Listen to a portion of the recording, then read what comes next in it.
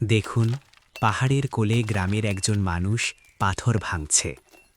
এটাই হলো dead rock, পৃথিবীর গভীর থেকে বেরিয়ে আসা শক্ত পাথর, যার ভেতরে লুকিয়ে থাকে ধাতুর খাজানা।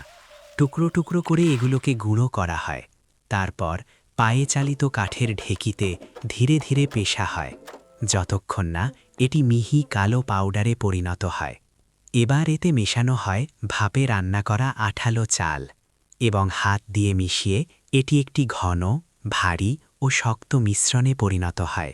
এটা দিয়েই তৈরি করা হয় ছোট ছোট গোল গোল বল, যা দেখতে কালো হলেও ভেতরে অন্য কিছু থাকে।